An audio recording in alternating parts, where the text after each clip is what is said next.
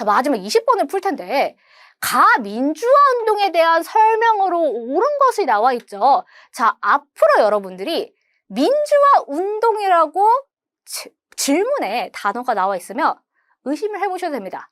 4.19 혁명, 5.18 민주화 운동, 붕화 민주항쟁 또는 6월 민주항쟁으로 나눌 수 있지 않을까라고 해서요. 실제로 이 부분이 워낙 우리 한국 현대사와 관련돼 있는 부분이기 때문에 상대적으로 이제 중학교 3학년 때 이제 선생님들이 많이 안 나가신 부분이 있거든요. 그래서 여러분들이 이게 시험일 기준 오답률 1위에 해당하는 내용이었습니다. 하지만 고1 때 한국사에서는 근현대사 비중이 높기 때문에 반드시 기억을 해주셔야 되고요. 이 사건 정말 많이 나오는 단골 주제입니다. 자, 월별로 정리한 가부터 볼게요. 대놓고 연도 힌트가 나와 있어요. 1987년이라고요. 그리고 박종철 경찰에 강제 연행되어 남영동 대공무실에서 고문을 받다 사망을 했대요.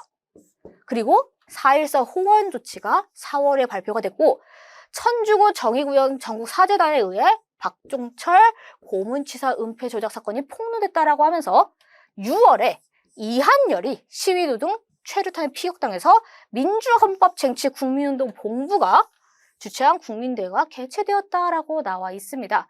하나하나 따져보자면요. 이 박종철이라는 인물은 대학생이에요. 이한열 역시 대학생입니다. 당시 정부, 전두환 정부입니다. 이 정부는 어떻게 등장을 했냐면 박정희 정부가 무너지고 나서 즉 박정희 대통령이 피살되고 난 다음에 12.12 사태로 군사력을 가진 인물들이 쿠데타를 일으켜서 민간신문으로 전환한 다음에 정부를 세운 것이 전두환 정부였고요. 이때 전두환 정부에서 간선제, 대통령을 국민이 아니라 국회의원이 뽑는 간선제와 그리고 7년 동안 대통령을 하고 한 번만 하겠다 단임제를 약속을 합니다.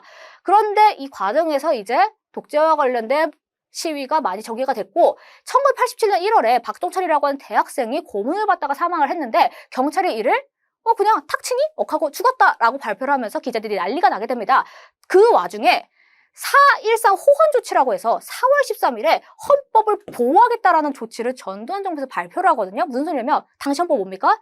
대통령 간선제로 뽑겠다라는 거죠. 대통령 간선제 유지하겠다라는 겁니다. 당연히 사람들이 반발할 수밖에 없습니다. 그래서 당시 박종철 고문치사 은폐 조작 사건을 조사하던 청주구 정의구현 전국사재단에서 이건 조작됐다라고 폭로를 하고요.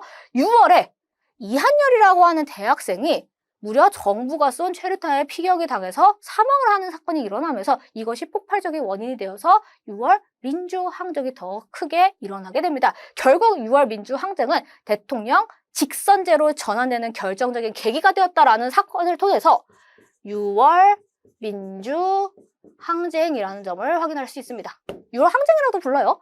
자, 그럼 가민주화 운동에 대한 설명으로 옳은 거 골라볼게요. 1번 신탁 통치를 반대했대요. 자, 신탁 통치는요, 언제 나오냐면 우리가 광복이 된 다음에 같은 해였던 1945년 겨울에 모스크바에서 열린 모스크바 3국 외상회의의 결정사항 중에 하나였습니다.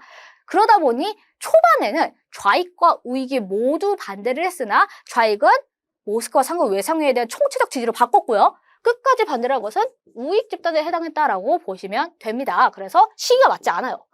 2번, 대통령 직선제를 요구했대요.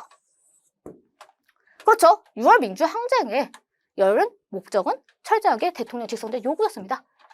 3번, 을사늑약 체결에 항의했대요. 자, 을사늑약 체결은 대한제국 시기 때 일본이 우리나라 외교권을 강탈을 하고 통감부 설치를 기반으로 했던 그 조약이었죠. 그래서 을사늑약 체결에 항의를 한 여러 가지 활동들은 다 대한제국 시기와 관련돼 있습니다. 지워주시면 되고요. 4번, 3.15 부정선거를 규탄했다라고 나와 있는데 이것도 잘 기억하셔야 돼요. 바로 4.19 혁명의 원인입니다. 당시 이승만 정부에서 부통령 후보였던 이기붕을 당선시키기 위해서 3월 15일에 부정선거를 당행하게 됩니다. 당시 이기붕 부통령 후보가 자유당 후보였기 때문에 자유당의 포를 몰아주는 형식으로 선거가 전개가 됐고요. 이에 반발을 해서 일어난 것이 바로 4.19 혁명이었습니다. 6월 항쟁과는 관련이 없겠죠.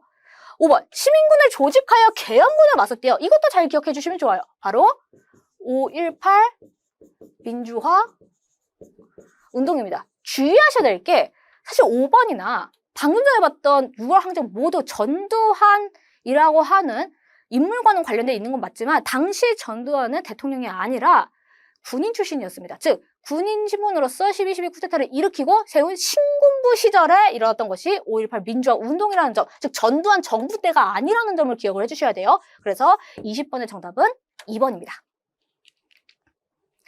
자, 이렇게 해서 1번부터 20번에 해당하는 문제를 모두 풀어봤습니다. 사실상 여러분들 앞으로 한국사를 푸시다 보면 전반적으로 평이한 난이도 출제가 되었구나라고 느끼실 텐데 근현대사 부분이 어려웠던 친구들이 특히 많았을 겁니다. 쌤 저는 중학교 3학년 때 배웠던 거 진짜 기억 하나도 안 나요. 그러면서 고대사부터 헷갈렸던 친구나 쌤 저는 중학교 때 배웠던 거 기억이 나는데 저희 학교에서는 근현대사 부분 제대로 안 나왔고 근데 너무 짤막하게 되어 있어가지고 무슨 소리인지 하나도 모르겠어요 라고 하는 친구들이 많을 수 있기 때문에 상대적으로 근현대사는 좀 난이도가 있다라고 보시면 됩니다. 하지만 여러분 우리에게는 아직 시간이 충분히 남아 있어요. 그리고 1단원, 2단원, 3단원, 4단원으로 구성된 이 한국사 자체가 근현대사 비중이 높기 때문에 고1 내용만 충분히 복습을 해주신다면 어렵지 않게 이런 문제를 풀 수 있다는 점 기억을 해주시면서 오늘 강의는 여기서 마치도록 하겠습니다. 여러분 고생 많이 해주셨어요. 안녕!